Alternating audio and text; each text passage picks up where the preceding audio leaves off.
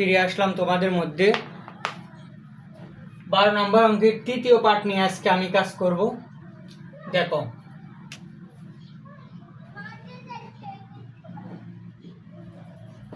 তৃতীয় অংশ ওই দিনে আমি দুইটা অংশ করে দিছিলাম, আজকে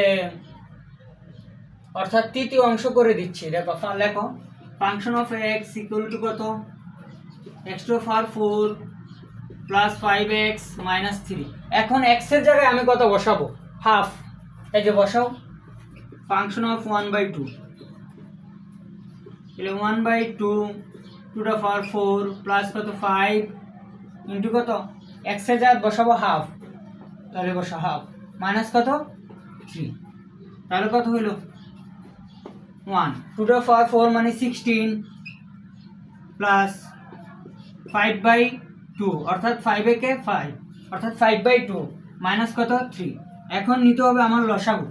দেখো আমি জানি অনেকে লসাগু পারো না, আজকে তোমাদের জন্য সাথে এই লসাগুটাও করে দেওয়া হলো। দেখো করে দিচ্ছি, 16 2 আর 3 নিচে মনে মনে 1 আছে, তাহলে লসাগু কত হবে 16। দেখো 16, এখন 16 দিয়ে 16 রে ভাগ করো কত 1, তাহলে 1 দিয়ে আবার লবের সাথে গুণ, তাহলে 1 একে 1 প্লাস দেখো 2 দিয়ে 16 রে ভাগ করো, তাহলে কত 8, এই 8 কার লবে গুণ লবের সাথে, লব কত 5, তাহলে 5 এটা কত 40 অর্থাৎ 40।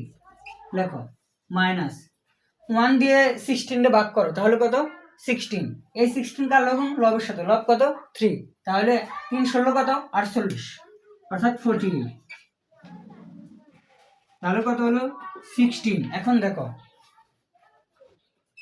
41 মাইনাস 48 ইকুয়াল টু কত মাইনাস, তাহলে কত থাকে 7 বাই কত 16, অর্থাৎ 3টা পার্টেরই তোমাদেরকে আনসার দিয়ে দিলাম। থ্যাংক ইউ সবাইকে।